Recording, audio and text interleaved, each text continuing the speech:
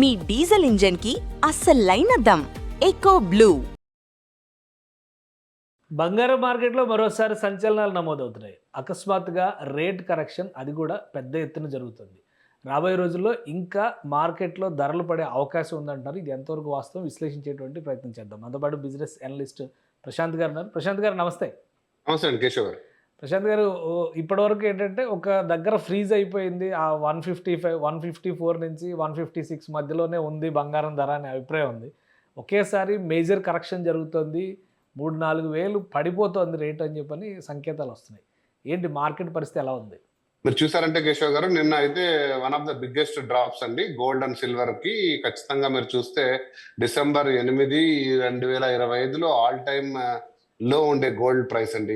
ఈ పరిస్థితుల్లో అంటే నేను US డాలర్స్ లో చెప్తాను, $4,180, $4,200 1 ounce గోల్డ్. అంత లోయెస్ట్ ట్రేడ్ గత 6 నెలల్లో ఎప్పుడు కూడా జరగలేదు. ఆ రేట్ కి నిన్న వెళ్ళింది. సో బంగారు ధర ఆల్మోస్ట్ అంటే ఇండియన్ కరెన్సీలో చెప్పాలంటే 24 క్యారెట్ గోల్డ్ 1,50,000, 1,49,000 వరకు కూడా 3,000 to 4,000 కరెక్షన్ జరిగింది. 2,000 to 3,000, 4,000 నియర్ అబౌట్ కరెక్షన్ జరిగింది. అది one of the biggest drops.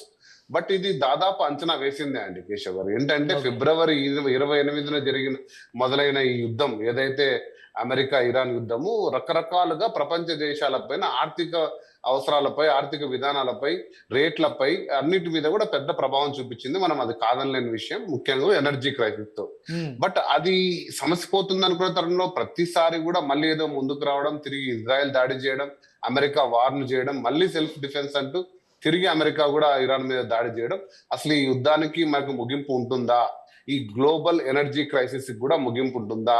ఎందుకంటే చాలా సార్లు మనం డిస్కస్ చేసుకున్నాం, ఎప్పుడైతే ఎనర్జీ క్రైసిస్ ఉంటుందో అండి, గ్లోబల్ ఎనర్జీ క్రైసిస్, ప్రతి దేశం కూడా ఇన్ఫ్లేషన్ ఎదుర్కొంటుంది. అదే ప్రధాన రీజన్. యాక్చువల్గా ఈ రోజు బుధవారం అమెరికాలో మే సంబంధించిన CPI ఇన్ఫ్లేషన్ అంటారండి, కన్స్యూమర్ ప్రైస్ ఇండెక్స్ ఇన్ఫ్లేషన్ ఈ రోజు బయట పెట్టబోతున్నారు. అది 4.2%. అంటే గత 4 సంవత్సరాల్లో అమెరికా చూడని ఆ మాంద్యాన్ని, అదే ఇన్ఫ్లేషన్ ని ఈ రోజు ప్రవేశపెట్టబోతున్నారు. కాబట్టి ధరలు పెరగబోతున్నాయి. ధరలు పెరుగుతున్నప్పుడు ఖచ్చితంగా సెంట్రల్ బ్యాంకులు కూడా వడ్డీ రేట్లను పెంచుతూ, ఇప్పుడు మనం చూసాము, మన RBI వడ్డీ రేట్లను సవరించలేదు, తగ్గించకుండా అలానే పెట్టింది. ఎందుకంటే ఇన్ఫ్లేషన్ అధికం కాబోతుంది అనే సంకేతం. కానీ US లో ఏంటుందంటే ప్రొడిక్షన్ ఇంకా వడ్డీ రేట్లు పెంచబోతుంది. వడ్డీ రేట్లు పెంచితే మనకు బంగారు తోటి ఎటువంటి ఇంట్రెస్ట్ రాదు. కాబట్టి ఈ ఇన్వెస్టర్స్ అందరూ కూడా US ట్రెజరీ బాండ్స్ ఇంకా ప్రియమయ్యి, డాలర్ ఆల్రెడీ పవర్ఫుల్ గా ఉంది. అందులోనూ US లో మోర్ జాబ్స్ ఇస్తాము అనే ఒక సంకేతం కూడా వచ్చింది. సో ఇవన్నీ ముఖ్యంగా కారణాలతోటి ఈ ప్రాఫిట్ బుకింగ్ ఒకటి జరుగుతుందండి. ఇంతకు ముందు గోల్డ్ ఎప్పుడు కూడా ఒక ఇన్సూరెన్స్ అసెట్ గా తీసుకొని అలా ఇన్వెస్ట్మెంట్ చేసుకొని ఎప్పుడో ఆర్థిక అవసరాలు వచ్చినప్పుడు, అత్యవసరంగా ఉన్నప్పుడు సెల్ చేసే గోల్డ్ ఈ రోజు ఒక స్టాక్ మార్కెట్ లో ఇప్పుడు మనకు అనుకున్న టార్గెట్ రీచ్ అయితే అమ్మేయడం, మళ్ళీ కొంచెం పడిపోతూనే కొనడం లాంటి ట్రేడింగ్ ఎక్కువ అవడం వలన ఈ CPI ఇన్ఫ్లేషన్ కూడా ఈ రోజు రావడం అనే ఒక సంకేతం తోటి ప్రధానంగా ఇప్పుడు జరిగిన కరెక్షన్. కాకపోతే దీనికి అంతర్లీనంగా చూసుకుంటే US ఏదైతే ఎనర్జీ క్రైసిస్ ఉందో అదే ప్రధాన కారణం. ఎందుకంటే అది సమస్య పోకపోవడం వల్లనే మనం గత 3 నెలలుగా బంగారం ఎంత ఒడిదుడుకులు పోతుంది. 1.20 చూసాము, 1.45 వరకు చూసాం. ఒక దశలో మీరు నేను 1.40 దగ్గర కూడా డిస్కస్ చేశాం. మీరేంటంటే 1.40 నుంచి ఇంకా కిందకి పడుతుందా, నిలబడుతుందా అంటే మళ్ళీ తిరిగి పడుతుంది. ఎందుకంటే బంగారం సహజంగా ఆ యొక్క గుణం ఉంది. ప్రపంచ దేశాల్లో అందరి దగ్గర చాలా ఎక్కువగా నిల్వలు ఉన్నాయి కాబట్టి అంత ఈజీగా పడిపోయేది కాదు. బట్ కాకపోతే సామాన్యుడికి అర్థం కాని రీతిలో ఉంది. కొనాలా వద్దా, ఇది నిజంగా నిలబడుతుందా, ఈ బంగారం మీద మనం పెట్టుకున్న మోజు నిజంగా మా పిల్లలకు కానీ ఫ్యూచర్ లో భవిష్యత్తుకు ఉపయోగపడుతుందా, లేదా క్రాష్ అయిపోయి మన ఆస్తుల్ని హరిస్తుందా అంటూ ఉన్న అంచనాలని అది ముందుకు పోతుందండి. ఏ ఆర్థిక నిపుణుడు కూడా ఖచ్చితంగా ఇది అని చెప్పలేని స్థితికి బంగారు చేరుకుంది. కాకపోతే నేను ఎప్పుడు చెప్తున్న విధంగా చెప్తున్నాను, స్థిరమైన వాల్యూ ఎప్పుడు గోల్డ్ ఉంటుందండి. మరి అంతగా 140 కంటే కింద పడిపోయే ప్రైస్ అంటే ఒకటి, ఇప్పుడు ఈ ఇన్ఫ్లేషన్, ఇంట్రెస్ట్ రేట్స్ రివిజన్, వీటి ఫలితంగా 1,20,000 వరకు కూడా తగ్గే ఛాన్సెస్ ఉంటాయని ఒక ప్రచారం జరుగుతుంది. ఎంతవరకు నమ్మొచ్చు దీన్ని? చాలా మంది వెయిట్ అండ్ సీ, ఇంకా పడుతుందేమో చూద్దాం అనే ఆశ కూడా ఉంది కదా. 4,000 అంటే నేను ఒకటి చెప్తున్నాను, నా అంచనా కాదు, నేను శాస్త్రీయంగా చెప్తున్నాను. ఎందుకంటే నాకంటే పెద్ద సంస్థ అయిన సిటీ గ్రూప్ వారు నిన్న ఒక ప్రెడిక్షన్ ఇచ్చారు. ఈ 6 నెలల్లో బంగారం అనేది తిరిగి $4,500 వెళ్తుందంటే 1,70,000 వరకు వెళ్ళొచ్చు. అంతకు మించి వెళ్ళకపోవచ్చు డిసెంబర్ అనేది. ఇంతకు ముందు అంచనా 2 లక్షల నుంచి 2,500,000 ఉండే అంచనాన్ని సవరించి 1,70,000 1,80,000 వరకు వెళ్తుంది అనేది ఒక అంచనా.